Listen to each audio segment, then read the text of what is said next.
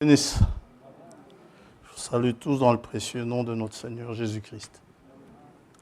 Avant toute chose, je voudrais vous demander, vous êtes normaux? Je vais vous dire pourquoi je vous pose la question, si vous êtes normaux. J'ai voulu téléphoner au frère Tombo, lui demander de raccourcir les cantiques à cause de la chaleur.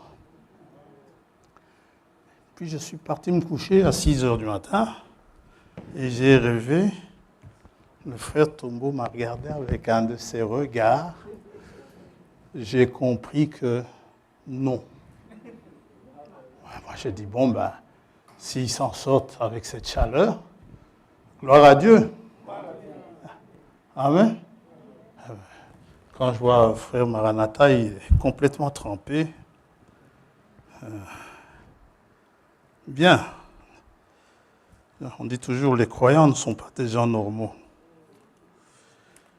Ils sont anormaux. Quoi qu'il en soit, Dieu est glorifié et nous sommes heureux. Deuxième chose, je préparais un message, exactement ce que le frère Tombo vient de chanter. Je le note ici. Et quand je me suis couché, eh bien, tout a changé, mais c'est toujours dans le sens. Vous allez voir, c'est vraiment dans le sens. C'est comme si on s'était parlé avant. C'est du tété là, ça, frère Tombo. Non. Hein? Le cantique, c'était en lingala. Il y avait tellement de mouvements. Vous savez, moi, mes oreilles, elles ont 67 ans, hein, mes oreilles, vous savez. Ah, ok. Oui, c'est vrai, Ikwe Babylone. C'était le titre que j'avais retenu, mais ça a été typexé. Ce sera plus ça. Tout simplement parce que, bon, Dieu m'a fait comprendre que le problème de Babylone, je peux le prêcher, ce n'est pas ça le problème. Mais dans un premier temps, ça ne vous concerne pas. Ça va? Dieu a voulu que je prêche une chose qui vous concerne d'abord avant de prêcher sur Babylone. Alors, mes notes sur Babylone, je les ai là. Je vais les garder pour une autre fois, qui sait. Peut-être demain, je n'en sais rien. Demain, on a une réunion spéciale demain pour ceux qui veulent être là. Vous pouvez suivre sur YouTube, c'est comme vous vous sentez. Mais si vous chantez comme ça, si vous avez l'intention de chanter comme ça, moi j'en redemande. Hein. Il n'y a pas de problème. C'est merveilleux. Nous allons prier. Je salue tout le monde. Je ne pense pas qu'il y ait de nouveaux parmi nous. Hein. Et pour ceux que je n'ai plus vus depuis longtemps, je les salue aussi tout à fait chaleureusement.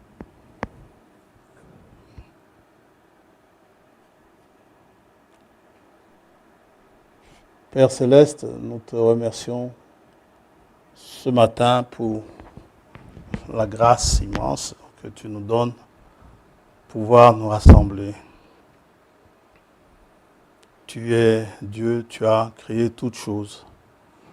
Et nous te demandons que tu répandes ta miséricorde sur chacun d'entre nous, afin que ta promesse puisse s'accomplir, celle d'être au milieu de nous. Que tu nous laves de tous nos péchés, afin que rien ne fasse obstacle à notre communion ce matin. Nous te remercions pour la colonne de nuée qui nous donne cette fraîcheur, pour te chanter dans des températures aussi élevées. Mais c'est avec joie que tes enfants t'ont célébré. Que tu les bénisses, que tu accueilles ces cantiques comme un parfum de bonne odeur. Et nous te remercions pour cet anniversaire de mariage. tous ces mariages qui parlent de Christ et de son épouse sont autant de témoignages en ce monde que c'est toi qui a institué le mariage. Nous te remercions pour cela, pour les tempêtes, les vents qu'ils ont dû traverser, ainsi que tous les couples qui sont là ce matin et qui tiennent. Et pour ceux qui n'ont pas tenu, c'est que quelque part, ce n'était pas ta main, mais nous savons qu'il fallait que ces choses soient là également, parce que nous devons faire la différence entre ce qui est établi par toi et ce qui ne l'est pas. Merci pour la parole inspirée de ce matin, que tu l'inspires encore davantage et qu'elle soit apportée selon les besoins de tes enfants. Au nom de Jésus-Christ, notre Seigneur, nous t'avons ainsi prié. Amen. Amen.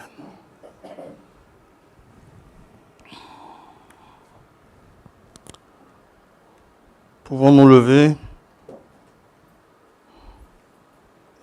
en ouvrant nos livres dans l'épître de Paul aux Éphésiens,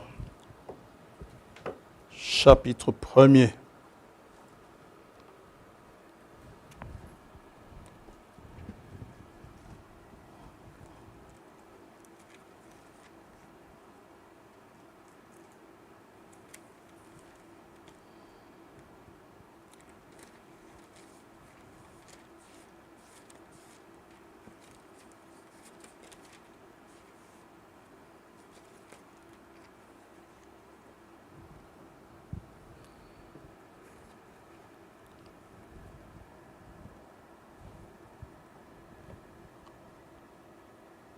Verset 3. Béni soit le Dieu et Père de notre Seigneur Jésus-Christ, qui nous a bénis de toute bénédiction spirituelle dans les lieux célestes en Christ. En lui, Dieu nous a élus avant la fondation du monde pour que nous soyons saints et irréprochables devant lui.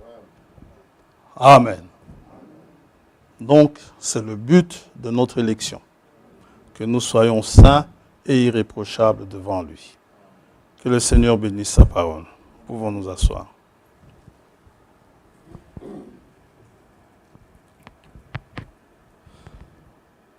Si on est un élu, cela ne doit pas nous tracasser le fait qu'on lise que seuls ceux qui sont irréprochables seront avec lui. Quand bien même, dans la prédication, l'on cogne sur le péché. Quand bien même, c'est un péché qui vous concerne. Si vous êtes un élu, soyez sûr qu'au moment venu, ce péché disparaîtra. Pourquoi? Parce que le sang de Jésus-Christ est suffisant pour balayer tout péché. Ça va? Pour cela, ayez confiance en Dieu. Qui est élu? Je ne le sais pas. Mais un truc pour voir si vous êtes élu, c'est que, regardez les Jean-Pierre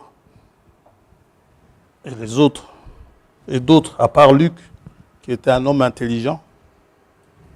Mais Pierre et Jean, c'était des hommes sans instruction. Ces choses que les pharisiens, les grands théologiens de l'époque ne comprenaient pas, Pierre et Jean comprenaient cela très bien. Pourquoi? Parce que c'était des enfants de Dieu. Et Jésus a remercié Dieu, a remercié le Père pour avoir révélé ces choses aux enfants. Dites amen à ça. Par contre, les sages et intelligents, ils ne connaissent pas ces choses. Mais les élus comprennent. Les élus, on y reviendra, sont les seuls qui peuvent lire l'écriture qui est écrite sur la muraille.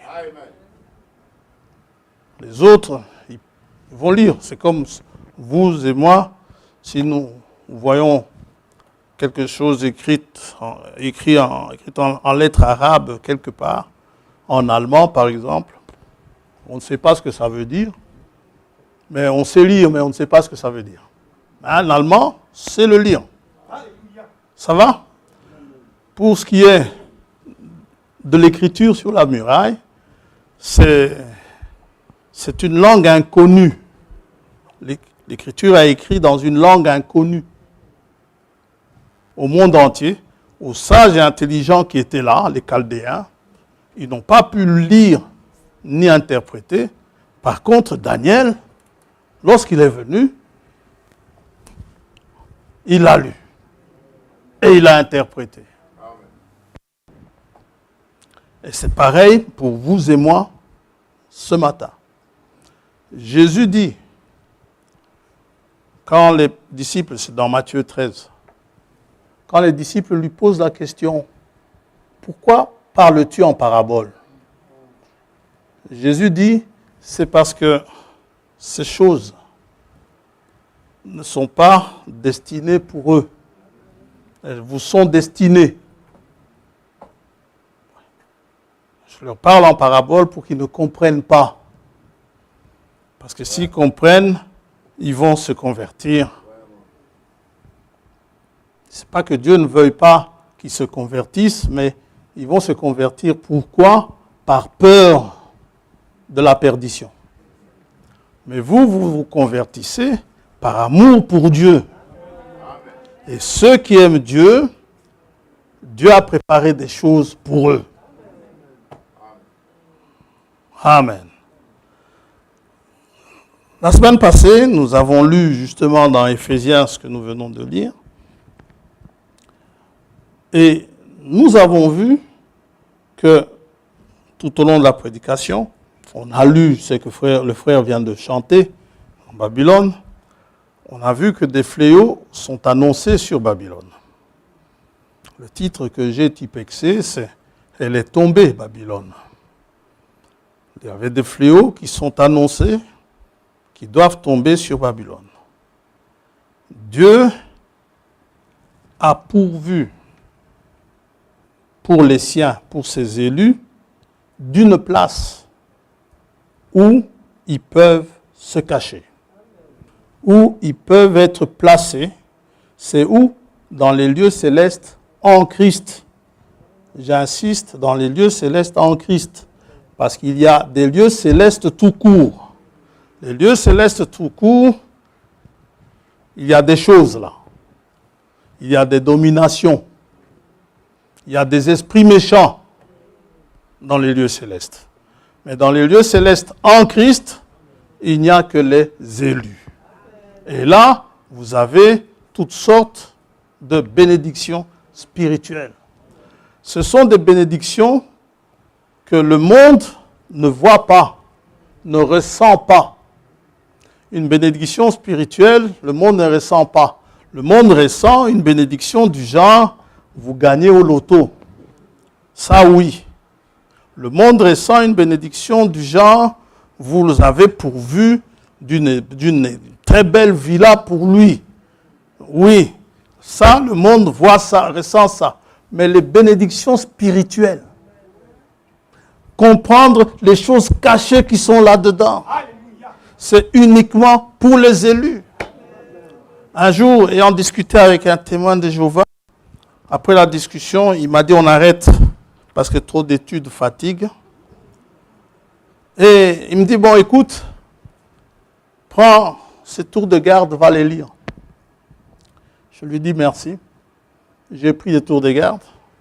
Moi, j'ai mis ma main dans mon cartable. Je lui ai sorti une seule brochure. Je ne sais plus le titre. Je lui ai dit, tiens, toi, va aussi lire ça. Et on va se revoir la prochaine fois. OK. Quand la prochaine fois est venue, il m'a demandé, tu as lu les tours de garde que je t'ai donnés? Moi, je lui ai dit oui, je les ai lus. Mais pas profondément, j'ai regardé, bon, ce qui m'intéressait, j'ai lu. Et moi, je lui demande, et toi, tu as lu la brochure que je t'ai donnée? Il dit, ben, je l'ai ici, je suis venu te la rendre parce que c'est trop difficile. J'ai dit, merci Seigneur. C'était trop difficile pour lui. Mais sa tour de garde, c'est une bande dessinée pour moi. Amen. Gloire à Dieu. Dieu est merveilleux, vous savez. Vous savez, dans la tour de garde, on vous parle de quoi? On vous parle de beaux fruits que vous pouvez prendre, on vous les dessine même. Tout ça, c'est bien. Mais dans la brochure, il y a de ces choses qui sont dites. Les gens vont, justement, on va vous poser la question, est-ce que vous êtes normaux? Il y a sœur Henriette, je crois, qui disait une fois, quelqu'un était venu parler, je ne sais plus chez elle, mais ce que j'ai retenu, c'est que quand elle avait un frère qui croyait au message, qui voulait donner, alors celui qui n'y croyait pas a dit, elle corrigera ça le jour où vous la verrez. Mais ce que j'ai retenu, quelqu'un qui ne croyait pas, qui dit, surtout ne prends pas leurs livres. Parce que dès que tu prends leurs livres, c'est fini, hein? Tu vas tomber dedans. Seulement, si tu es un élu, c'est sûr que tu vas tomber dedans. Amen. Bon, j'avais dit, vous ne retiendrez pas longtemps, vous voyez. Et dans ces lieux célestes en Christ, vous ne pouvez pas être jugé. Pourquoi? Il n'y a aucune raison qu'on vous juge. Vous êtes là, vous n'avez rien fait. Pourquoi vous devez aller au tribunal demain? Vous voyez? Tant que vous n'avez rien fait, il n'y a aucune raison que vous soyez jugé. Dans Romains 8, il nous est dit ceci, verset 1er, il n'y a donc maintenant aucune condamnation pour ceux qui sont en Jésus-Christ. Il n'y a rien que l'on puisse vous reprocher. Vous êtes irréprochable. En Christ, c'est le monde de l'invisible. C'est que Géasi ne voit pas, mais c'est que Élisée voit. Amen. Gloire à Dieu. Géasi pleure, il dit, oh, maître, nous sommes fichus. Oui, bien sûr, nous sommes foutus. Nous sommes encerclés. Élisée, prie Dieu. Ô Seigneur éternel, ouvre-lui les yeux, afin qu'il voie que ceux qui sont avec nous sont en plus grand nombre que ceux qui nous entourent. Et il y avait des chars de feu, un feu invisible, mais réel. Des chars invisibles, mais réels. Et Élisée, malgré l'encerclement, il était tout tranquille. Gloire à Dieu.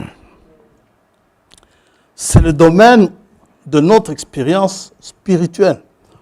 Dans nos expériences spirituelles, c'est impossible d'expliquer cela aux gens. C'est une expérience spirituelle entre vous et Dieu.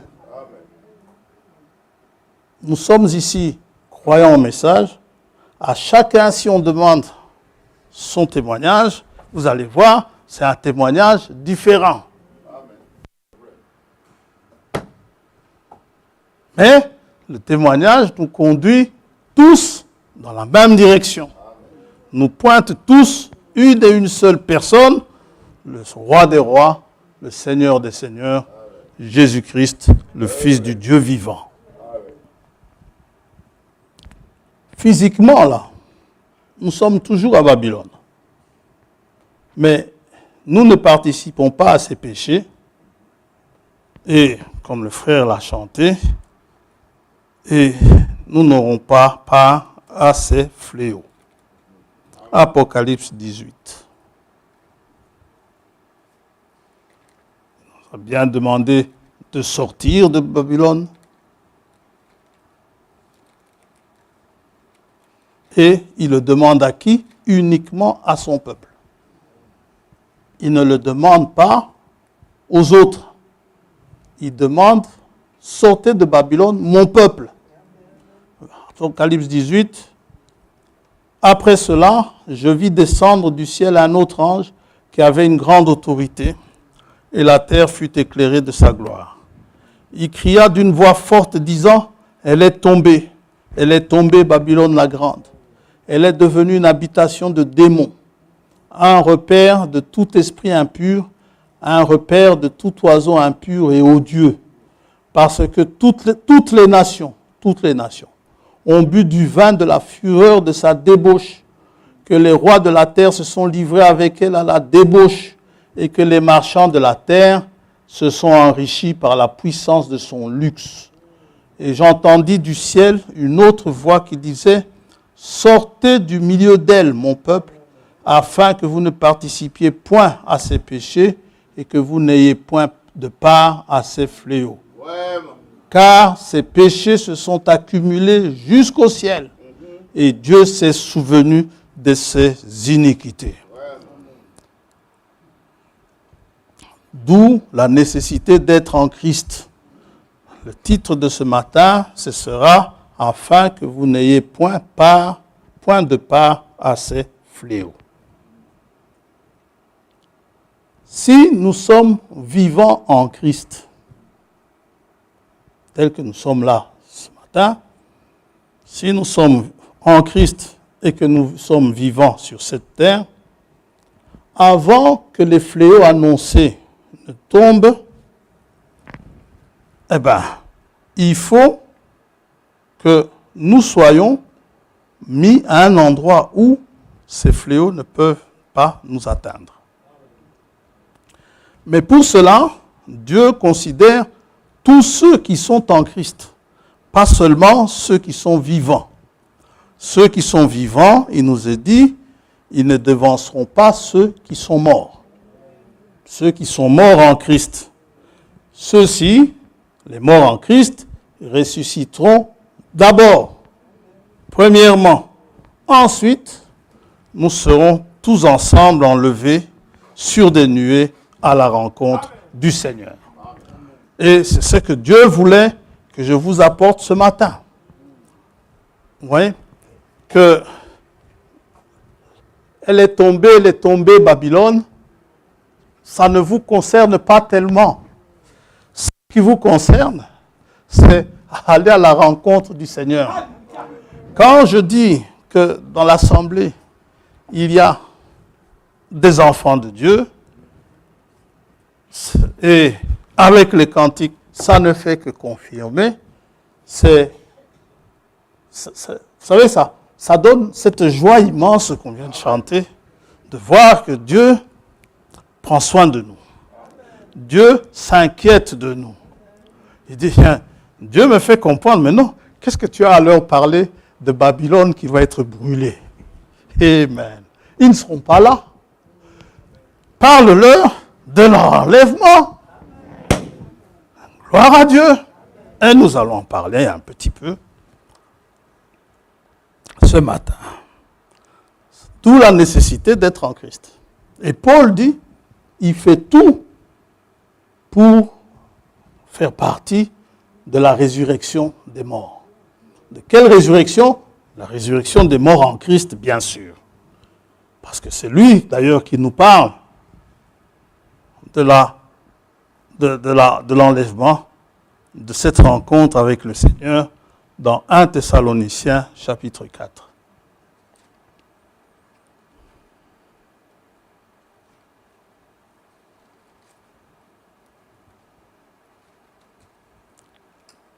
Mais tout cela en rapport avec les problèmes qui se passent dans le monde aujourd'hui, en rapport avec Babylone.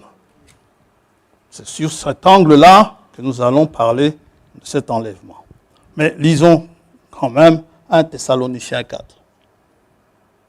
verset 13. Nous ne voulons pas, frères, que vous soyez dans l'ignorance au sujet de ceux qui sont décédés dans d'autres Bibles, qui dorment. Qui dorment Pourquoi qu'ils dorment? Tout simplement parce que ça donne une idée de réveil. Quand Jésus dit Lazare dort, c'est parce qu'il sait qu'il peut réveiller Lazare. Pour un médecin du monde, le médecin vous dira il est mort. Il n'y a plus rien à faire. N'est-ce pas, Bérénice? Par contre, Jésus va dire il dort. Si quelqu'un est couché pour le compte et que le médecin dise en fait il dort, je crois qu'on va le virer de la clinique. Par contre, Jésus lui dit il dort. Ah, les autres ont compris, il dormait du sommeil. Non, ils vont comprendre par après que Jésus parlait d'un autre sommeil, où il est le seul capable de vous en sortir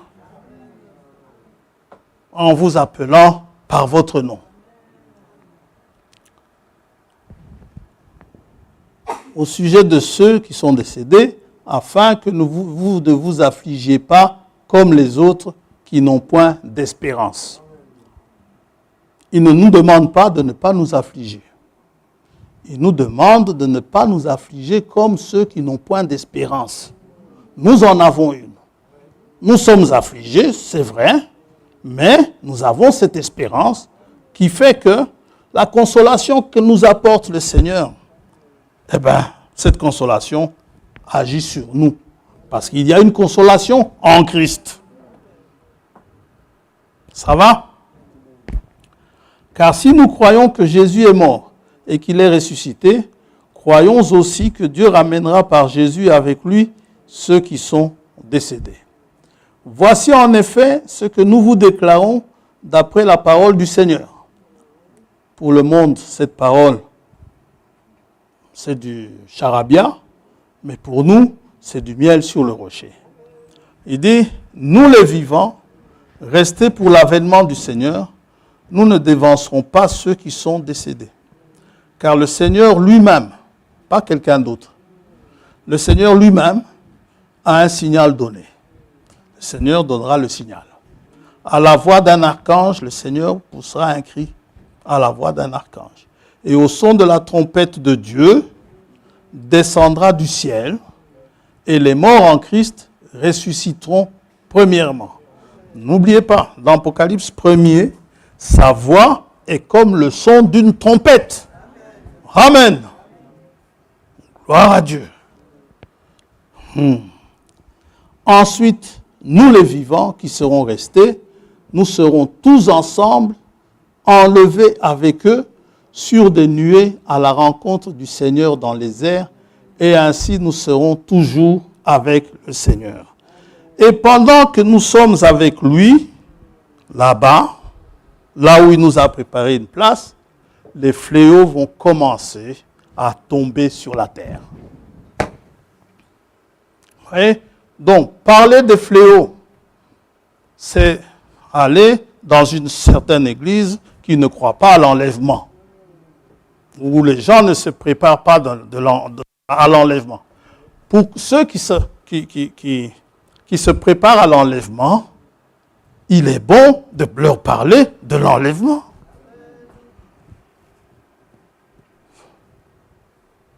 Parce que si vous êtes enlevé, vous ne serez pas enlevé parce que vous avez eu peur des fléaux qui sont annoncés. Vous serez enlevé parce que vous avez aimé son avènement. Christ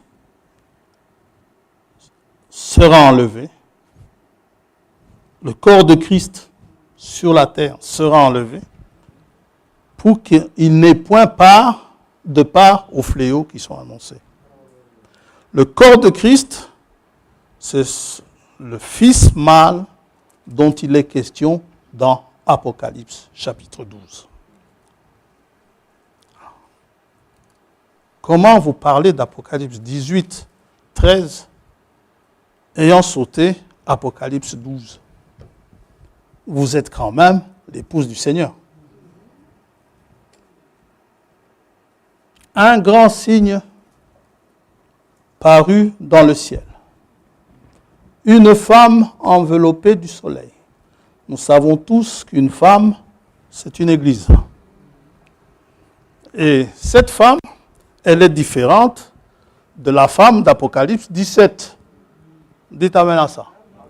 La femme d'Apocalypse 17, c'est une prostituée. Celle-ci, elle est enveloppée du soleil. Et le soleil, nous savons qui c'est. Il donne la lumière. Amen. Ah, ça, je vais vous le dire. Frère Nestor et moi, nous avons lu un article. Vous pouvez taper sur Google, il vous le donnera. Où ils nous, comment dirais-je, ils nous prédisent quand le soleil va mourir. Donc, tapez seulement sur Google la mort du soleil, vous verrez l'article. Alors, rien que le titre, ça peut faire peur. Après ça, ils vont dire, et c'est nous qui faisons peur. Il paraît que le soleil va mourir, le soleil a 4,6 milliards d'années d'âge, et il va mourir, c'est prévu, il va mourir dans 5 milliards d'années. Ah, je dis, ils n'ont rien d'autre à faire. Ils n'ont rien d'autre à faire. Et dire que notre argent, quand nous payons nos impôts, notre argent va dans des études pareilles, où il passe son temps à lire quand le soleil va mourir dans 5 milliards d'années. On a le temps, hein? On a le temps. Maintenant, moi aussi, je serai mort dans 5 milliards d'années en tant qu'humain. Amen. Mais si Dieu me ressuscite, dans 5 milliards d'années, je serai toujours vivant. Ouais. Le soleil, nous savons qui il représente. La lune, sous ses pieds, c'est bien sûr, la lune, qu'est-ce qu'elle fait? Elle donne la lumière du soleil. Nous avons là l'Ancien et le Nouveau Testament. Et une couronne de 12 étoiles sur sa tête, les 12 apôtres. Ce qui est important, cette femme, l'Église, elle était enceinte. Et elle criait, étant en travail et dans les douleurs de l'enfantement. Au verset 5, elle enfanta un fils qui doit paître toutes les nations avec une verge de fer. Et son enfant fut enlevé. Dites amen à ça. Enlevé vers Dieu et vers son trône. Ça va? Cette femme a un fils mâle. La femme n'est pas enlevée.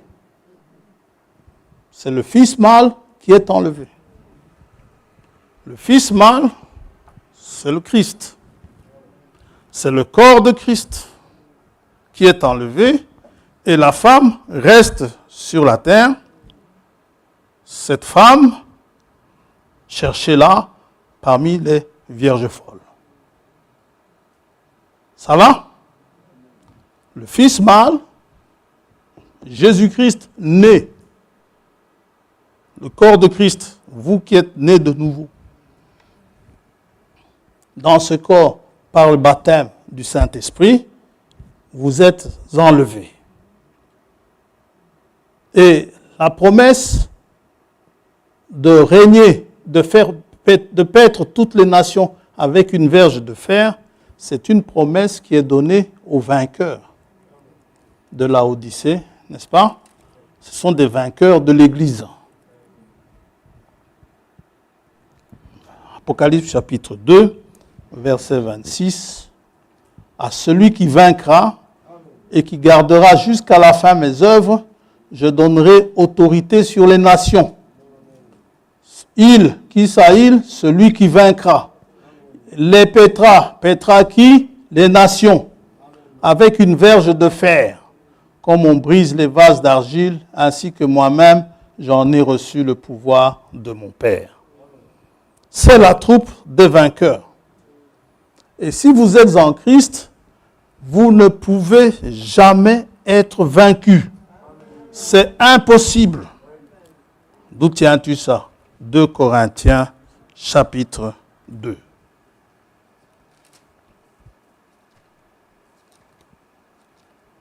Au premier.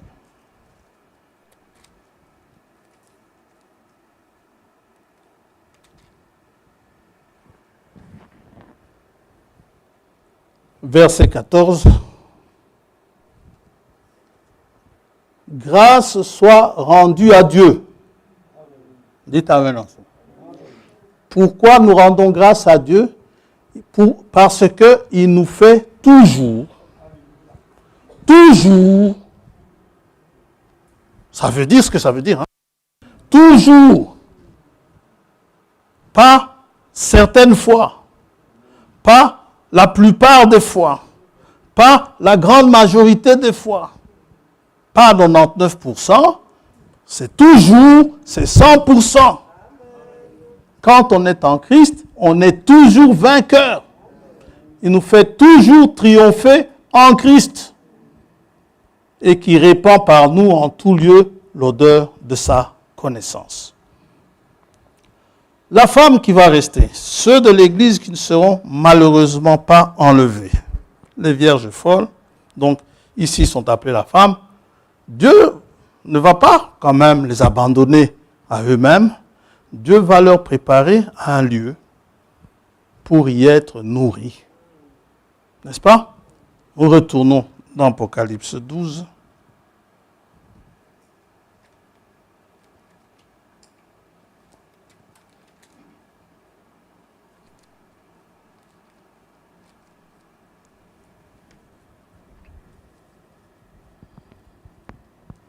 Verset 6.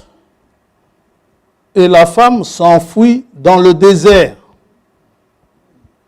où elle avait un lieu préparé par Dieu, afin d'y être nourrie pendant 1260 jours. Ça va? Quand vous regardez, sachant que un an dans le calendrier divin fait 360 jours, dans le calendrier romain, ça fait 365 jours. Dans le calendrier divin, Dieu ne change pas. C'est 360 jours. Quand vous faites 1260 divisé par 360, vous allez trouver 3,5. 3,5. 3 ans et demi. 1260 jours. Ça veut dire 42 mois. Mais ici, c'est donné en jours. Si c'est donné en jours, c'est dans un but bien précis. C'est pour que nous puissions faire la différence entre la première moitié de la semaine qui reste dans des 70 semaines de Daniel, n'est-ce pas? Nous sommes tous conscients qu'il reste une semaine. Ça va? Une semaine d'année, 7 ans. Et 42 mois, ça va être donné surtout pour nous désigner les 3 ans et demi restants. OK? Bon, mais retenez, c'est 1260 jours. 3 ans et demi. La demi-semaine. Là où les choses commencent pour cette femme. Elle s'est enfouie dans le désert. Dans le désert, pas par hasard, parce que Dieu y a préparé une place pour elle. Et le désert, nous savons tous ce que ça représente. Le désert, c'est le pays de l'épreuve. C'est un désert affreux. Deutéronome chapitre 1er. Qui a conduit Israël dans le désert? C'est Dieu. Lorsqu'ils ont quitté l'Égypte. Et il est conduit par où? Par le chemin du désert. Un désert affreux et grand, c'est-à-dire interminable, où votre épreuve semble s'allonger, ne jamais se terminer. Verset 19, Deutéronome 1, 19. Nous partîmes d'Horeb, c'est Moïse qui parle, et nous parcourûmes en entier. Pas une partie, prenez pas de raccourci. En entier ce grand et affreux désert que vous avez vu. Nous prîmes le chemin de la montagne des Amoréens. Ce n'était pas n'importe qui. Comme l'Éternel, notre Dieu, nous l'avait ordonné. Dieu dit, ne prenez pas le chemin de la plaine, prenez le chemin de la montagne des Amoréens, ces fils d'Anak. Notre Dieu nous l'avait ordonné et nous arrivâmes à Kadesh Barnéa. Deutéronome 8.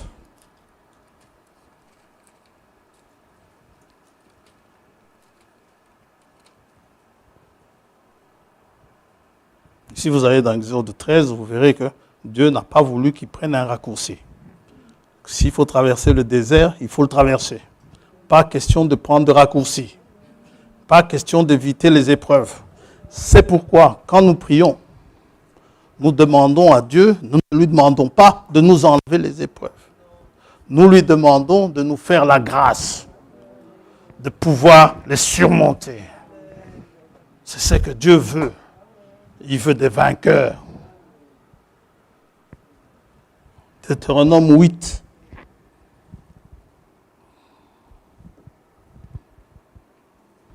« 14. Prends garde. » C'est Moïse qui parle, mais il rapporte les paroles du Seigneur. « Que ton cœur ne s'enfle et que tu n'oublies l'Éternel ton Dieu qui t'a fait sortir du pays d'Égypte, de la maison de servitude, qui t'a fait marcher dans ce grand et affreux désert, où il y a des serpents brûlants qui vous mordent. Et quand ils vous mordent, c'est la mort. Ça va?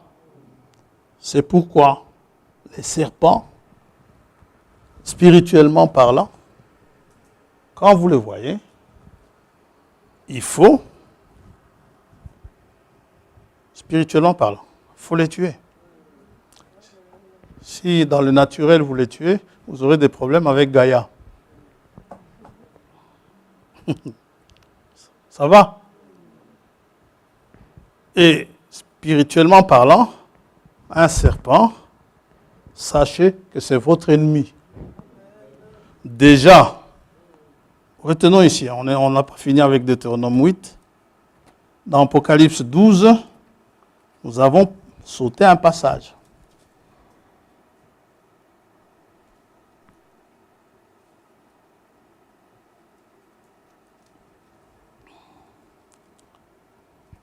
Au verset 3, un autre signe parut encore dans le ciel. D'abord, il y a eu le signe, la femme enveloppée du soleil, et puis il y a un autre signe qui paraît dans le ciel, et voici, c'était un grand dragon rouge, ayant 7 têtes et 10 cornes, et sur ses têtes 7 diadèmes. Sa queue entraînait le tiers des étoiles du ciel et les jetait sur la terre. Le dragon se tint devant la femme qui allait enfanter. C'est un ennemi, afin de dévorer son enfant lorsqu'elle aurait enfanté. Au verset 9, nous retrouvons ce dragon. Et il fut précipité, qui ça? Le grand dragon, virgule, le serpent ancien. Amen, frère. Appelé le diable et Satan, celui qui séduit toute la terre sans exception. Il fut précipité sur la terre et ses anges furent précipités avec lui. Gloire à Dieu. Deutéronome 8, 14. Donc, il y a des serpents brûlants et des scorpions. Vous savez ce que c'est des scorpions? Hein? Les scorpions, spirituellement parlant. Apocalypse 9. Les scorpions. Leur travail, on les connaît. On en a souvent parlé. C'est ça, grand frère. Allez, on va lire verset 5. Il leur fut donné, si vous voulez savoir à qui, lisez un peu plus haut, mais c'est les scorpions qui nous intéressent. Il leur fut donné, non de les tuer, mais de les tourmenter pendant 5 mois. Et le tourment qu'elles causaient était comme le tourment que cause le scorpion quand il pique un homme. C'est-à-dire, spirituellement parlant, quand vous êtes tourmenté, ce sont des démons qu'on appelle des scorpions qui vous ont piqué et ils vous ont causé plein de tourments et de soucis. Et dans le désert, ils sont nombreux. Pendant vos épreuves, ils sont nombreux. Dites amen à ça. C'est pourquoi l'apôtre nous donne, nous l'avons lu la semaine passée, nous donne ce conseil. Prenez toutes les armes de Dieu. Il faut les avoir avec vous. N'en négligez aucune. Parce que notre ennemi, notre adversaire, le diable, Pierre dit, il rôde autour de nous. Comme un lion rugissant, cherchant qui il va dévorer. Mais il ne peut pas. Il n'aura personne. Pourquoi? Parce que vous êtes en Christ. Il ne sait pas entrer en Christ. Tout ce qu'il attend, il attend que vous en sortiez. Mais vous n'en sortirez pas. Pourquoi? Parce que Dieu a scellé la porte. Donc, qu'importe le tourment que vous allez avoir, qu'importe le problème qui va vous faire gémir, si vous êtes à Christ, vous êtes à lui. Qu'importe les souffrances que vous allez subir, parce que Pierre parle de souffrance, 1 Pierre 5. On garde encore Deutéronome 8.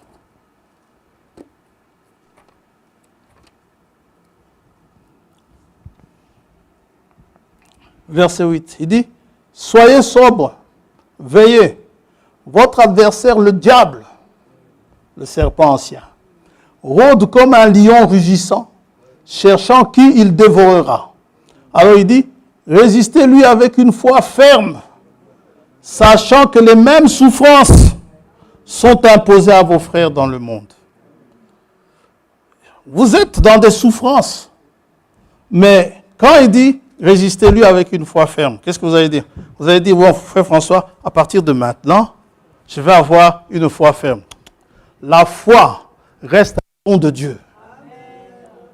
C'est Dieu qui fait don de la foi. Cette foi ferme-là, elle vient de Dieu. Et ça fait partie des armes que Dieu a mises à notre disposition pour combattre l'ennemi, l'adversaire.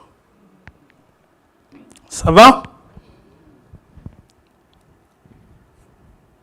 Donc, cette femme est là, dans le désert. Il y a des serpents brûlants et des scorpions, dans des lieux arides et sans eau. Aride,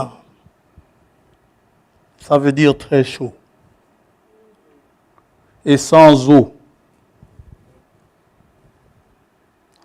À cause de la sécheresse. Vous qui aimez Internet, regardez encore sur Internet le fleuve ou la rivière, je ne sais pas trop bien, la Loire. Regardez dans quel état elle est. Complètement à sec. Où ça? Dans Babylone. Ouais. Complètement à sec. Vous pouvez traverser à pied. Tout ça, c'est quoi? C'est l'écriture sur la muraille. Nous savons ce qui arrive quand nous voyons la Loire à sec. C'est quelque chose qui n'est jamais arrivé. Et ça arrive. Et Dieu alterne les années. L'année passée, en 2021, la Loire, elle débordait. Amen. Inondation. Cette année-ci, elle est asséchée. C'est la sécheresse. L'année prochaine, s'il y a encore une année prochaine, je ne sais pas. C'est que ce sera. Oui. Ici en Belgique, il y a des communes les unes après les autres qui commencent à donner des consignes sur l'utilisation de l'eau. Vous ne pouvez plus, interdiction de laver votre voiture. Donc, frère Philippe, arrête de me dire que ma voiture, elle est sale. Je ne peux pas la laver. Yes. Amen. Gloire à Dieu. La sienne est toujours propre. La mienne est toujours sale. Le jour où je suis parti avec ça au salon lavoir, au car wash, ce monsieur qui travaille là, il m'a demandé, ça fait combien de mois que vous ne l'avez plus lavé? Je lui ai dit, je ne sais pas. Je ne sais pas. Donc, on ne peut plus faire certaines choses, ni même arroser votre pelouse. Si elle sèche, laissez-la sécher. Pourquoi? Il n'y a pas d'eau. C'est des serpents brûlants et des scorpions dans des lieux arides et sans eau. Donc si Dieu dit qu'il a conduit cette femme dans le désert, sachez, c'est un lieu aride et sans eau. C'est un lieu plein de serpents brûlants et de scorpions. Ce qui signifie que pendant ces 1260 jours, ce sera une énorme tribulation. Ça va? Ce sera une tribulation. Ce n'est même pas encore la grande tribulation. C'est une tribulation. Donc, vous aurez des tribulations dans le monde. Nous, Jésus nous a prévenus. Il nous a dit que nous en aurons. Nous en avons eu dans le monde. Ce serpent-là, il s'est attaqué à la femme enceinte. Nous en avons eu. Mais, à un moment donné, pour nous, Dieu va abréger les choses et il va nous retirer de là. Mais les autres vont rester. Amen. Gloire à Dieu. Qui t'a fait marcher dans ce aride et sans eau et qui a fait jaillir pour toi de l'eau du rocher le plus dur. Ça, c'est sa miséricorde qui fait ça. L'endroit le plus sec du désert, Dieu est capable de vous donner, de vous en sortir de l'eau, vous en donner. Oui.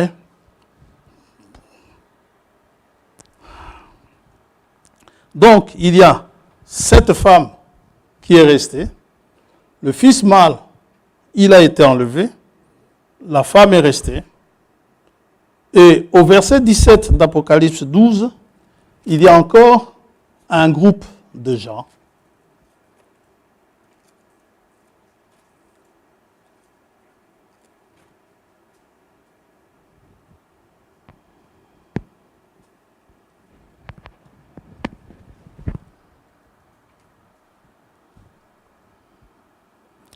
qui seront inquiétés, qui sera un groupe qui sera inquiété par le dragon. Verset 17, et le dragon fut irrité contre la femme, et il s'en alla faire la guerre au reste de sa postérité. À ceux qui gardent les commandements de Dieu et qui retiennent le témoignage de Jésus. Ceux qui gardent les commandements de Dieu, ceux qui ont la loi jusqu'aujourd'hui, bien sûr, ce sont les Juifs, c'est Israël. Voici les gens qui seront tourmentés pendant déjà ces 1260 jours-là. Ceux qui gardent les commandements de Dieu et qui retiennent le témoignage de Jésus, leur conversion ne peut venir qu'après l'enlèvement. Il s'agit donc d'Israël. Au chapitre 13 d'Apocalypse, nous assistons à l'apparition de la bête. Donc, juste après le chapitre 12, il y a une vision que Jean reçoit. Il dit, je vis monter de la mer une bête qui avait 10 cornes. Et cette tête, et sur ses cornes 10 diadèmes, et sur ses têtes des noms de blasphème. Cette bête avec 10 cornes et cette tête, regardez un peu le dragon au verset 3 d'Apocalypse 12. Le dragon, il est rouge feu, il a 7 têtes et 10 cornes. Dites amen à ça. Et sur ses têtes, il a 7 diadèmes. Ici, c'est 10. Mais en tout cas, il a 7 têtes et 10 diadèmes. Une bête. Que s'est-il passé? En fait, cette bête qui monte de la mer, au moment de l'enlèvement, quand le fils mâle a été enlevé, c'est le fils mâle, le corps de Christ, l'épouse de Christ qui est partie, qui a été enlevée, ayant le Saint-Esprit. Le Saint-Esprit est parti. Ça veut dire qu'il n'y avait plus de Saint-Esprit sur la terre. Or, le Saint-Esprit, Paul nous dit, chez les Thessaloniciens, il dit qu'il y a quelqu'un qui retient l'Antichrist d'agir. L'Antichrist a un besoin d'agir, mais il y a quelqu'un qui le retient. Frère Nestor, encore lui, m'a envoyé une vidéo. Une atrocité qui s'est passée au Congo le 10, donc courant de la semaine, à Butembo, où un corps était calciné, je ne sais pas qui c'était, et il y avait des gens qui regardaient ce corps en train de brûler. Et un monsieur, j'ai effacé la vidéo, peut-être que le frère là encore, il peut vous le dire. Il y a quelqu'un qui s'est avancé, il s'est penché, il a coupé un morceau et il a mangé. J'ai écrit au frère, j'ai dit, l'homme sans le Saint-Esprit, ce n'est pas plus qu'un mammifère. Ouais. L'homme sans le Saint-Esprit est un animal. Maintenant, pourquoi Dieu fait l'homme avec une physiologie, si je peux dire ainsi, qui ressemble à une physiologie animale, où les scientifiques nous rangent dans le règne animal. Vous savez que le règne animal a aidé la médecine, par exemple, de progresser. Si Dieu avait fait les animaux différents physiologiquement des hommes, la médecine ne serait pas au niveau où elle est aujourd'hui. Donc, c'est une grâce de Dieu que de faire de sorte qu'un chien ait un cœur, qu'un homme ait un cœur. Quand un chien est malade, quand un chien attrape un cancer, on sait faire des recherches sur le chien, sur le cancer, et prendre ça, essayer un médicament chez le chien, si ça marche, on va prendre le médicament chez l'homme. Vous voyez? Tout cela, Dieu le fait uniquement par sa bonté. Il aurait pu nous faire exactement différents. Et l'homme n'aurait jamais avancé. Ou alors, il fallait faire des recherches sur les hommes eux-mêmes. Oui. Et il a mangé. Une autre vidéo qu'on m'avait envoyée, ça c'était venu du Congo, c'est C'est un de nos compatriotes, certainement, qui a été, je ne sais pas si c'est au Congo même, ou si c'est à l'étranger que ça s'est passé. C'est beaucoup aiment bien fuir la misère. Qui ne fuirait pas la misère? Il s'est retrouvé dans un pays, ça semblait être genre Liban, Pakistan, ou quelque chose de ce genre-là. Le monsieur, étant arrivé là-bas, certainement on lui a fait des promesses qu'on lui donnerait du boulot, et ainsi de suite. Il est parti, eh bien, il a été traité pire qu'un esclave. Il était attaché, on l'a attaché sur une corde, sur une chaise, bien attaché, on l'a bâillonné, et son maître, il passait son temps à le fouetter. Et il le fouettait sauvagement. Lui fouettait, et il y en avait un autre qui filmait. Là aussi, j'ai dit, l'homme sans le Saint-Esprit est un animal, est un mammifère. Bon, c'était mon frère. Il m'a répondu, mais l'homme est un mammifère. Je lui ai dit oui, l'homme est un mammifère. Biologiquement, puisqu'il m'a dit biologiquement, l'homme est un mammifère. Je dis oui, biologiquement, l'homme est un mammifère. Sans le Saint-Esprit, l'homme a un cœur biologique, c'est vrai, mais il a un cœur animal. Par contre, il devient un cœur humain s'il a le Saint-Esprit. Là, il a des valeurs humaines. Il ne va pas maltraiter son semblable de cette façon. Et le pauvre qu'on fouettait, il essaie de se déplacer avec sa chaise, l'autre sans pitié. C'est dire que si le Saint-Esprit s'en va, comment sera la terre?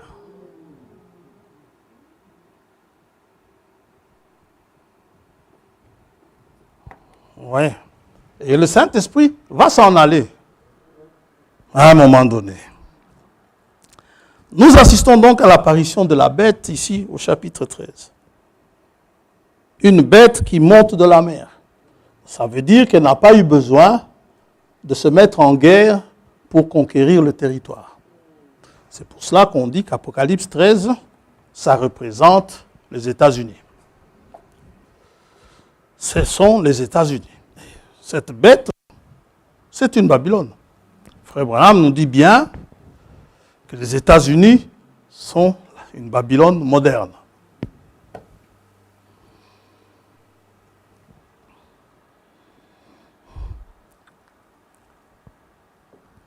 Donc, au moment de l'enlèvement, ce qui s'est passé, Christ va prendre en tant que rédempteur tous ceux qu'il a rachetés, qui sont devenus parfaits. Satan, jusque-là, comme nous dit Paul dans Éphésiens, Satan, jusque-là, était dans les lieux célestes. Maintenant, quand Dieu prend les siens dans l'enlèvement, il envoie Michaël. Il dit à Michaël, avec ses anges, précipite-moi ce monsieur-là sur la terre. Le Seigneur ne le fait plus. Lui, il les a vaincus à Golgotha. Ça, Michaël n'aurait pas pu faire. Oui.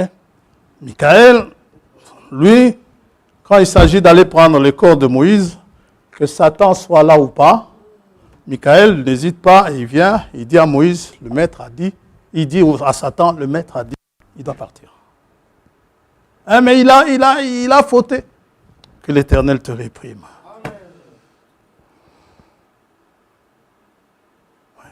Et Michaël va combattre avec ses anges.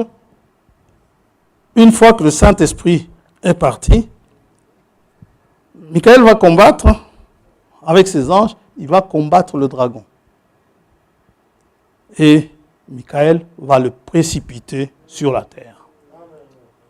Apocalypse 12, verset 7. Et il y eut guerre dans le ciel. Michel et ses anges combattirent contre le dragon. Et le dragon et ses anges combattirent. Mais ils ne furent pas les plus forts. Et leur place ne fut plus trouvée dans le ciel. Et il fut précipité, le grand dragon, le serpent ancien, appelé le diable et Satan, celui qui séduit toute la terre. Il fut précipité sur la terre et ses anges furent précipités avec lui. Et j'entendis dans le ciel une voix forte qui disait « Maintenant le salut est arrivé, ainsi que la puissance, le règne de notre Dieu et l'autorité de son Christ, car il a été précipité, l'accusateur de nos frères, celui qui les accusait devant notre Dieu jour et nuit. Ils l'ont vaincu à cause du sang de l'agneau et à cause de la parole de leur témoignage. Ils n'ont pas aimé leur vie jusqu'à craindre la mort. »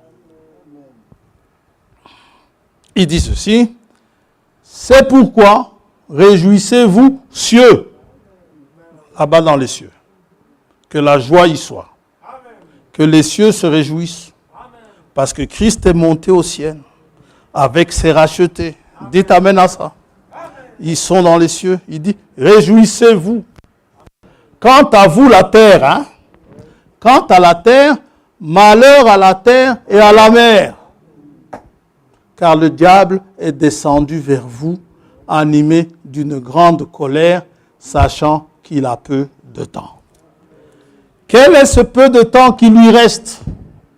Eh bien, il lui reste ce peu de temps entre l'enlèvement et les 1260 jours et quand le Seigneur viendra donc, et le règne de Christ, pardon, quand Christ va établir son règne, dans l'Apocalypse 11, quand il va établir son règne, qu'est-ce qu'il va faire? Mais il va emprisonner ce monsieur. Il va l'emprisonner. Pendant 1000 ans, Satan sera lié.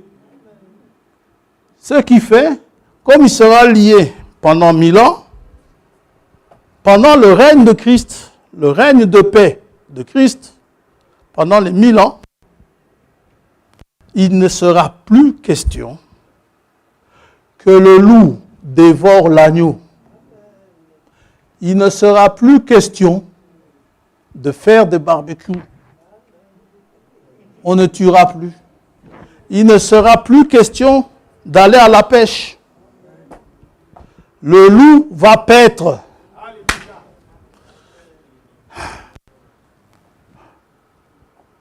L'agneau va paître.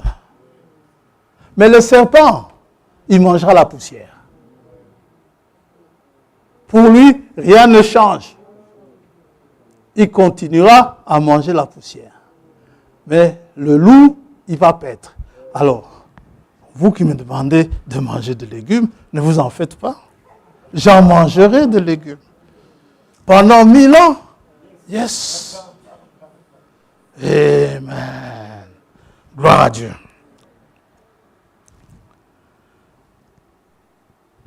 Et toujours dans Apocalypse 13, une autre bête va apparaître.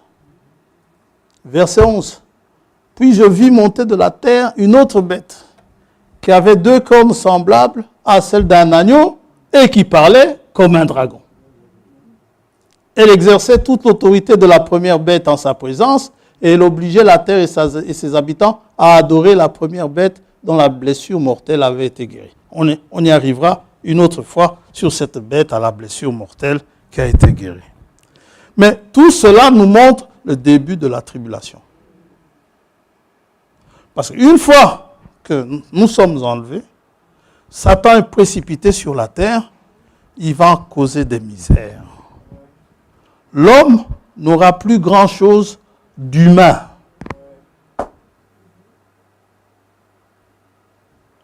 Nous avons identifié Babylone, la Babylone moderne, comme étant l'Europe, les États-Unis. Quand ils ont ils ont établi leur charte européenne. L'ancien président français qui est mort, il a dit, l'Europe, pour nous, notre but, c'est de terminer la Révolution française.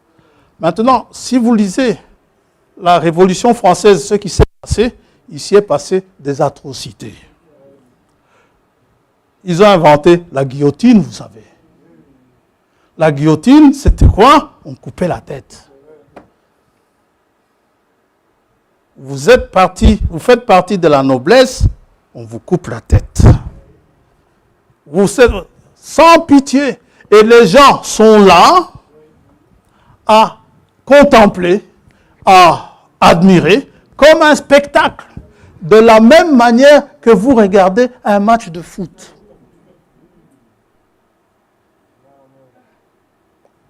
Tel que l'homme est devenu, parce que le Saint-Esprit s'en est allé. Déjà dans l'Empire romain, ces atrocités ont commencé. Ça a commencé où? Dans la Babylone ancienne. Dans la Babylone ancienne, que s'est-il passé au temps des Mèdes et des Perses? Daniel avait gardé son poste, malgré la défaite de Babylone. Mais Darius a aimé Daniel. Malgré que Darius aimait Daniel, Daniel faisait partie de la cour du roi, mais ça suscitait la jalousie d'auprès de ses collègues de la cour. Et il a été injustement condamné à être jeté dans la fosse aux lions. Et cette fosse aux lions, elle était là, c'était pour que les gens puissent admirer comment les lions vont vous dévorer. Et les gens payaient pour voir ce genre de spectacle du temps des Romains. Du temps des Romains. Le combat des gladiateurs. Mais c'était un spectacle florissant, qui rapportait de l'argent, où les gens remplissaient tout un stade pour voir comment deux gladiateurs vont se battre à mort. Et quand il arrivait, l'un avait la victoire, il n'avait pas besoin de tuer l'autre. S'il voulait le lâcher, le public criait « tue ».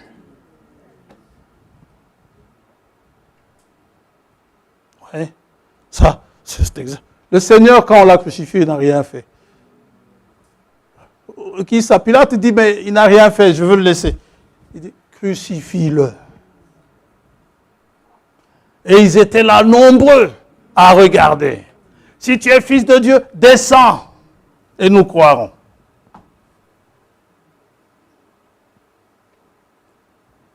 Alors, c'est pourquoi, quand Nebuchadnezzar voit Babylone en songe, lui voit Babylone en grande statue majestueuse, imposante, une statue d'or. Mais quand des élus voient Babylone avec ses atrocités, Daniel et Jean, quand ils ont vu Babylone, ils l'ont vu sous une forme bestiale. C'est la même vision. La bête et la statue, c'est la même vision. Mais chez Nebuchadnezzar, c'est une grande statue. Tous ces gens qui se prennent pour des grands là, comme celui qui n'est pas très loin là, qui a ses missiles Satan 2. Et l'autre qui refuse toujours de croire qu'il a perdu ses élections, d'admettre, il se prend aussi pour quelqu'un. Eh bien, quand un élu regarde ces gens-là, il ne les voit pas en grand chef. Amen, fiston. Il les voit en animal. Bestial.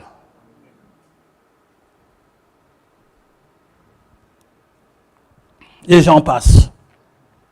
lorsque les catholiques et les protestants en ont eu à découdre.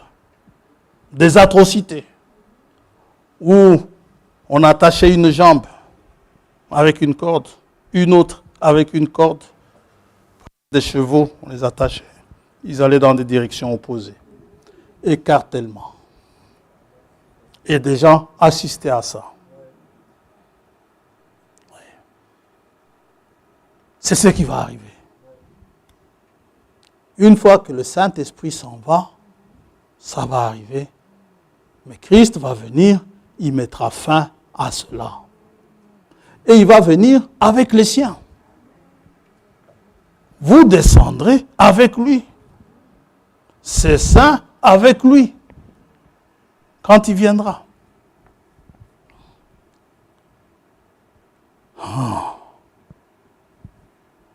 Dans Romains, chapitre 1er, nous l'avons lu la fois passée, nous allons avoir bientôt terminé. Nous avons vu que Babylone, sa tâche principale, c'est quoi? C'est se débarrasser de toutes les valeurs divines. De tout ce que Dieu a apporté comme valeur divine. Amen. Tu aimeras ton frère comme toi-même. Ton prochain comme toi-même. Amen. Ces valeurs-là, Babylone n'en veut pas. Tu ne commettras pas adultère. Ces valeurs-là, Babylone n'en veut pas.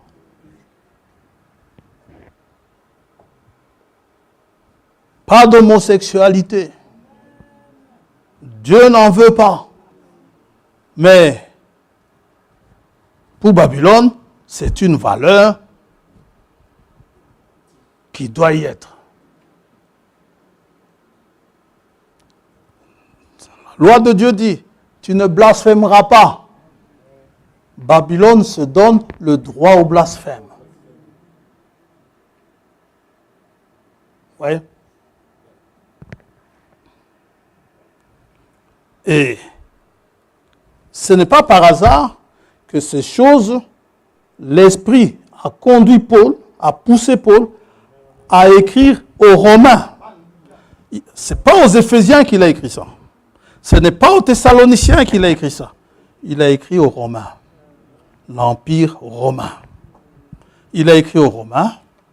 Peut-être Paul ne savait pas trop bien pourquoi il écrivait ces choses. Mais ce sont des choses qui se passaient chez les Romains. Babylone, n'est-ce pas? Romains, chapitre 1er, on ne saura pas tout lire. Mais nous pouvons lire à partir du verset 24.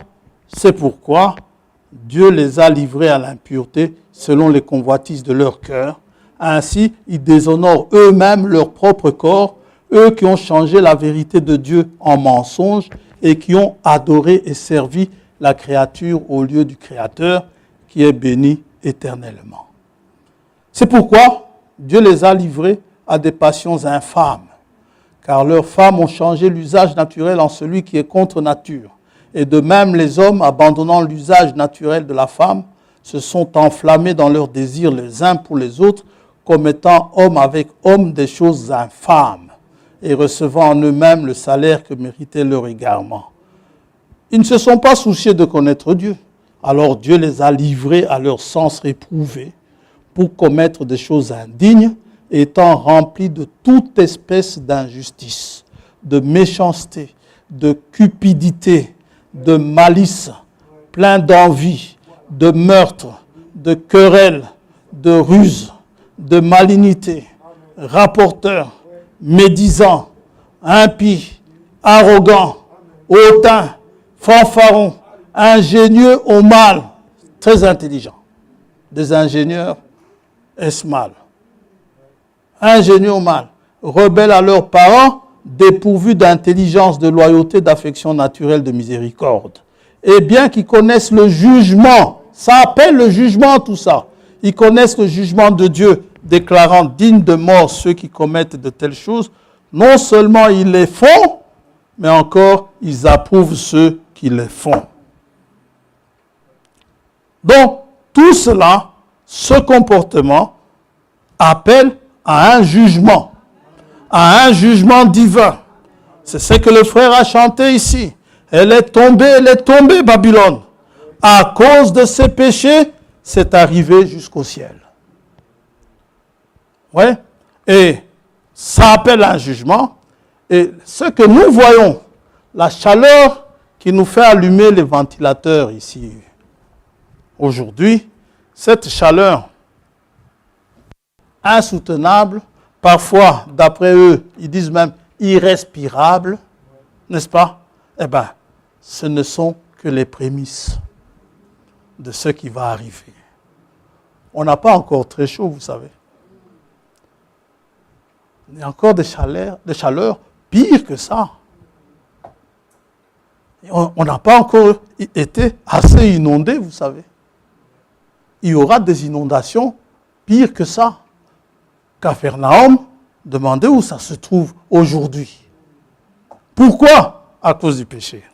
Alors, pour terminer, pour essayer de combattre cela, ils vont faire exactement comme Belchatsar. Pendant que Dieu écrit sur la muraille, Belchatsar est incapable d'interpréter ce qui est en train de se passer.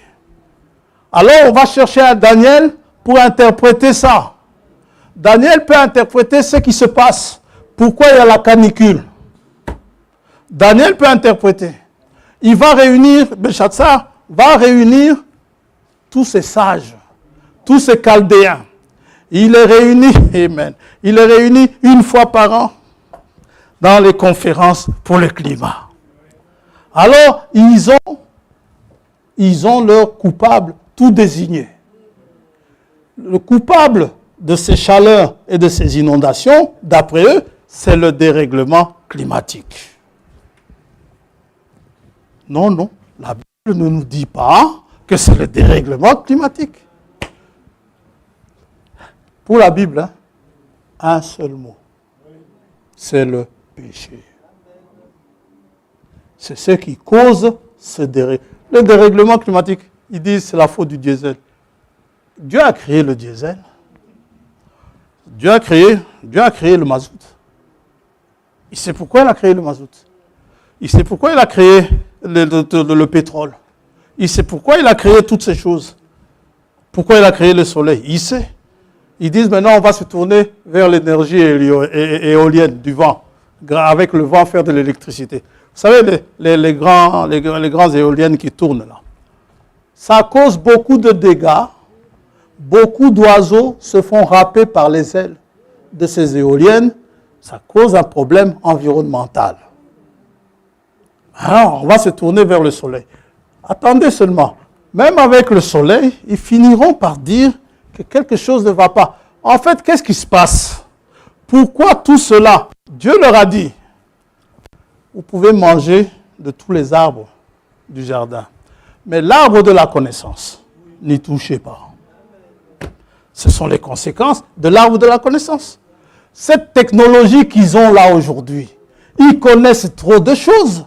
Ils savent vous fabriquer des voitures qui volent. Ils savent vous fabriquer des fusées qui vont jusque dans l'atmosphère. Mais ces fusées-là ne vont pas d'elles-mêmes. Il faut y mettre du pétrole. Dieu leur a mis le pétrole. Dieu savait qu'ils allaient utiliser le pétrole. Dieu savait que ça allait arriver ainsi. Tout ce qui se passe, Dieu dans son programme, le jugement sur Babylone va tomber. Ce qui est sûr et certain. Vous savez lire dans ces écritures. Vous en avez l'interprétation. Quand vous ne l'avez pas, il y a un Dieu dans les cieux qui vous les révèle. Dieu vous révèle que c'est la fin. Le monde a été pesé. Il a été trouvé manquant. Vous savez cela. Nous sommes à la fin. Le soleil ne va pas mourir dans 5 milliards d'années. Vous savez, dans la ville, hein, dans la Jérusalem céleste, hein, l'apôtre Jean dit, la Jérusalem céleste n'a pas besoin de soleil pour être éclairée. L'agneau lui-même est la lumière. Dieu n'a pas besoin du soleil pour éclairer. Dieu a fait tout cela pour déterminer les époques. Ce réchauffement climatique, vous savez ce que ça va causer? ça va causer quoi? Les glaciers sont en train de fondre. Ils tremblent parce que les glaciers fondent. Alors, si les glaciers fondent, qu'est-ce qui se passe? Ça coule, ça va jusqu'à la mer, n'est-ce pas? Quand vous jetez un seau d'eau dans la mer, ça fait quoi? Le niveau d'eau de la mer augmente quand même. Mais un seau d'eau, ça ne se voit pas. Mais quand ce sont des rivières entières, le niveau de la mer va monter. Beaucoup d'îles vont disparaître des cartes. Les Pays-Bas ici, qu'ils fassent attention. Parce qu'ils sont plus bas que le niveau de la mer. Amen. Vous dites, moi je suis à l'abri, je suis à Bruxelles. Très bien. L'altitude de Bruxelles, c'est 100 mètres.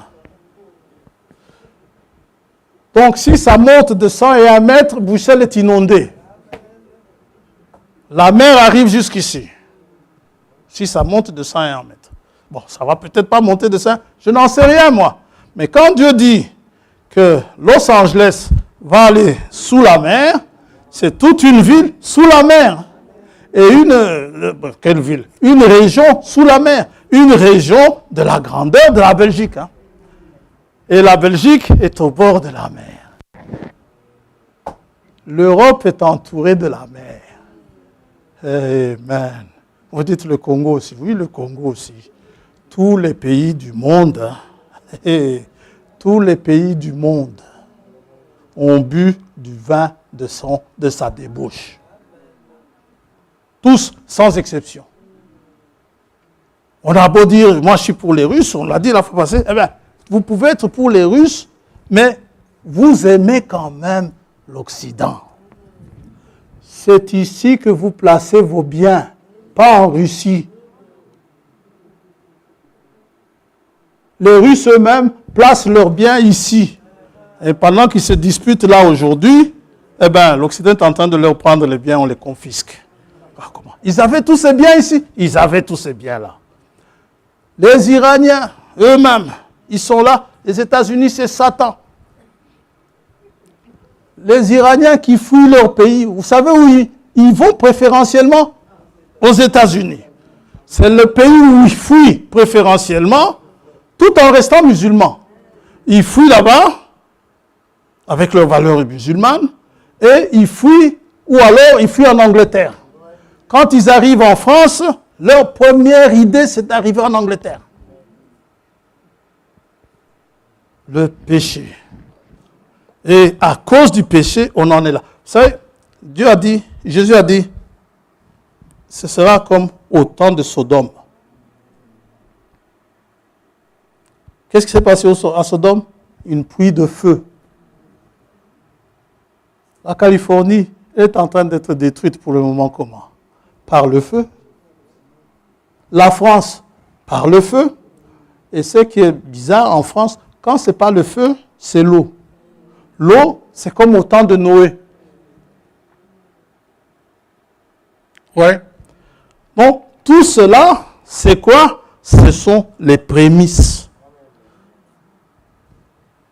Frère Abraham dit, Babylone est arrivée à la fin par une écriture sur la muraille. Eh bien, Babylone, cette fin, arrivera aussi avec une écriture sur la muraille. Et l'écriture est en train de s'accomplir. Nous voyons cela, ces températures extrêmes qui sont, ils disent avec désespoir, n'est-ce pas? Et chaque année, ça devient de plus en plus chaud. Oui, chaque année, ça devient de plus en plus chaud. Mais pour nous, nous voyons le jour approcher. Pour que nous sachions que c'est là, que c'est à cause du péché, pour terminer, n'est-ce pas? Deutéronome, chapitre 28.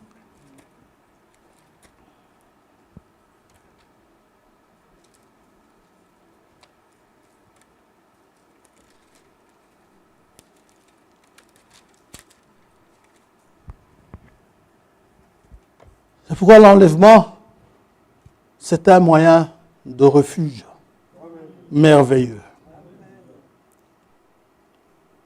Verset 15. Mais si tu n'obéis point à la voix de l'Éternel ton Dieu, si tu n'observes pas et ne mets pas en pratique tous ces commandements et toutes ces lois que je te prescris aujourd'hui, voici toutes les malédictions qui viendront sur toi et qui te seront en partage. Et qui seront ton partage. N'est-ce pas? Vous pouvez les lire. Verset 23. Le ciel sur ta tête sera d'airain. Et la terre sous toi sera de fer. Il va faire chaud, mes frères. Il va faire très chaud. L'Éternel enverra pour pluie à ton pays de la poussière et de la poudre. Il en descendra du ciel sur toi jusqu'à ce que tu sois détruit. Vous n'êtes pas de ceux-là parce que vous êtes en Christ. En Christ, Christ est celui qui a accompli la loi tout entière. Et il a accompli pour vous et moi. Il est celui qui a obéi à la voix de l'Éternel Dieu en observant et en mettant en pratique tous les commandements que Dieu a prescrits. Et l'Éternel, qu'est-ce qu'il va faire à tous ceux qui obéissent à sa parole et qui les mettent en pratique? Eh bien, voici, verset 2, toutes les bénédictions qui se répandront sur toi et qui seront ton partage lorsque tu obéiras à la voix de l'Éternel ton Dieu. Voilà toutes les bénédictions. Si vous êtes en Christ, toutes ces bénédictions sont pour vous. Mais si vous n'êtes pas en Christ, il y a des choses de la loi que vous n'accomplirez pas. Eh bien, le ciel sera d'airain. Il va arriver un réchauffement climatique. Ce n'est pas anodin que Dieu leur ait permis de trouver d'abord l'énergie du pétrole avant l'énergie solaire. Pourtant, le soleil était là devant eux, visible. Le soleil était là. Mais, ils ont trouvé le pétrole, ils ont fait du carburant. Eh bien, aujourd'hui, ils ont roulé. Vous pouvez faire autant de kilomètres. Eh bien, avec tout ça, ils vous disent que maintenant, ça vous détruit l'atmosphère. Mais qui a inventé ça? C'est vous. Dieu vous a bien dit, n'y touchez pas. Amen. Et vous y avez touché. Tout cela, c'est la conséquence, n'est-ce pas? C'est la conséquence de l'arbre de la connaissance du bien et du mal. La conséquence de la désobéissance. Où l'homme a désobéi et voici tous les malheurs qui lui arrivent. Au temps de Noé, c'était pareil. Le péché était tellement abondant sur la terre que Dieu a arrêté la fin de la terre. Et là, c'était l'eau. N'est-ce pas? Genèse 6. Mais Noé, verset 8, trouva grâce aux yeux de l'Éternel. C'est verset 8. Mais je voulais lire le verset 5. L'Éternel vit que la méchanceté des hommes était grande sur la terre et que toutes les pensées de leur cœur se portaient chaque jour, uniquement vers le mal, jamais le bien, uniquement vers le mal. L'Éternel se repentit d'avoir fait l'homme sur la terre et il fut affligé en son cœur. Et l'Éternel dit, j'exterminerai de la face de la terre l'homme que j'ai créé, depuis l'homme jusqu'au bétail, aux reptiles et aux oiseaux du ciel, car je me repens de les avoir faits. Que le Seigneur vous bénisse. Ce ne sont que les prémices. Cette chaleur accablante, ce ne sont que les prémices. Le sommeil, c'est difficile, même avec les ventilateurs. Ça ne va pas. Oh, on va chanter un petit chœur et puis on va prier. Tu connais Kunana Likolo? Tu connais pas? Frère Tombo, tu veux bien nous le lancer, nous le chanter, nous le faire chanter et nous allons prier.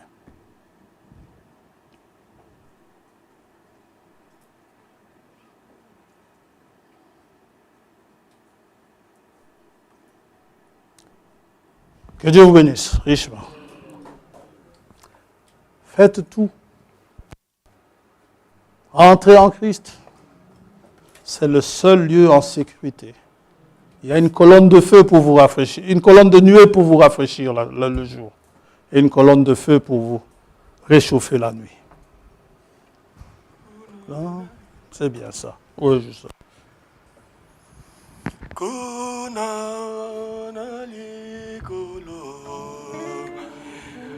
Kuna likolo mokana zambe ikolo kuna likolo esi kabisengo bishali kuna naliko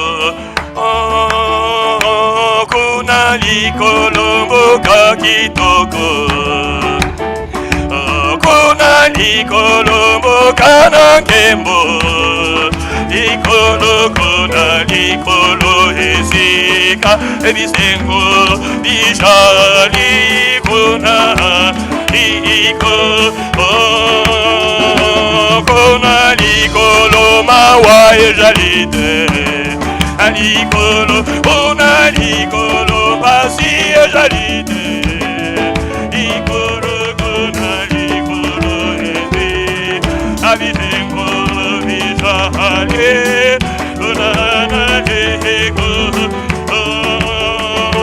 kuna likolo liwa ejalide kuna likolo bokana bomoyi kuna likolo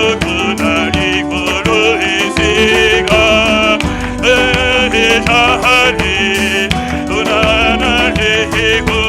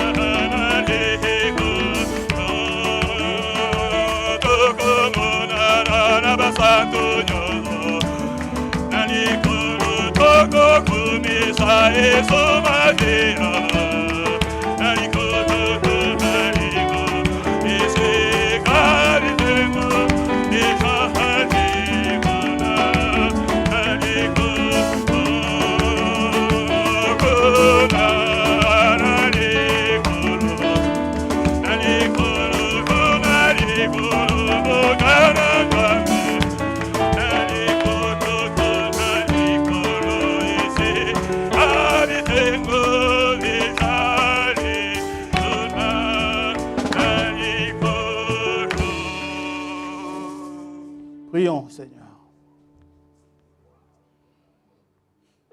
C'est là-bas que tu nous conduis, ce lieu de retraite, auprès de toi, où tu nous prends, tu auras conduit seul ton peuple, tu l'auras conduit sur les hauteurs.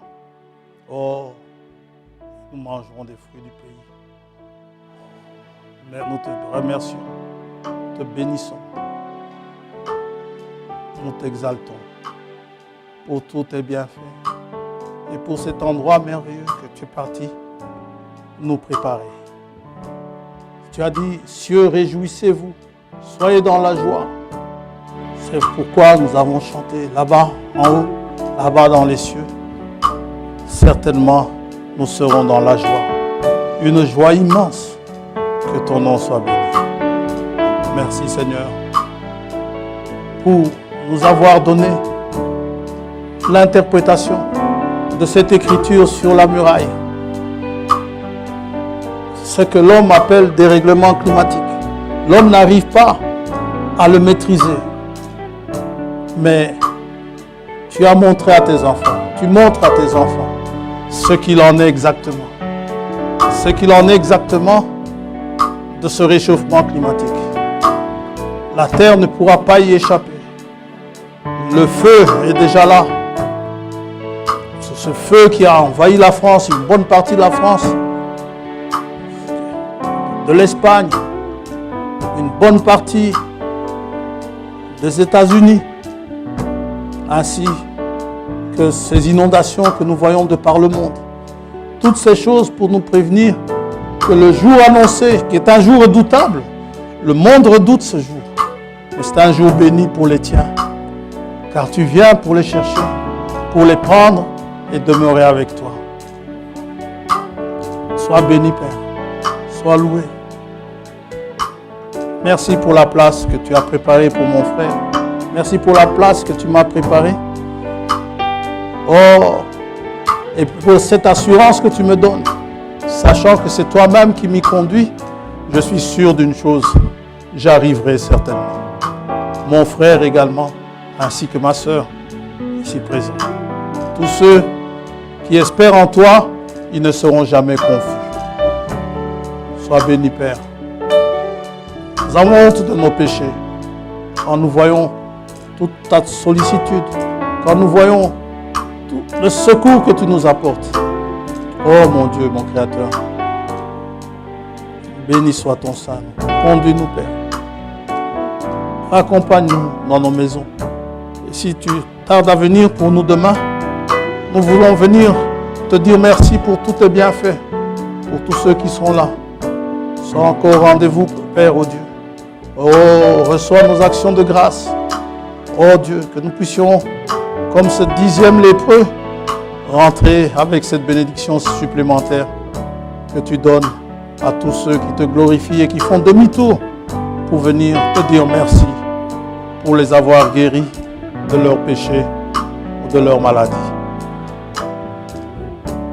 Te disons merci pour nos malades. Te disons merci pour nos captifs. Nous te disons merci pour nos enfants également. Tous ceux qui se préparent à passer des épreuves, à passer des examens, nous te le remettons aussi entre tes mains. Et nous te disons déjà merci pour eux ce matin. Au nom de Jésus-Christ, notre Seigneur et Sauveur, nous t'avons ainsi prié. Amen.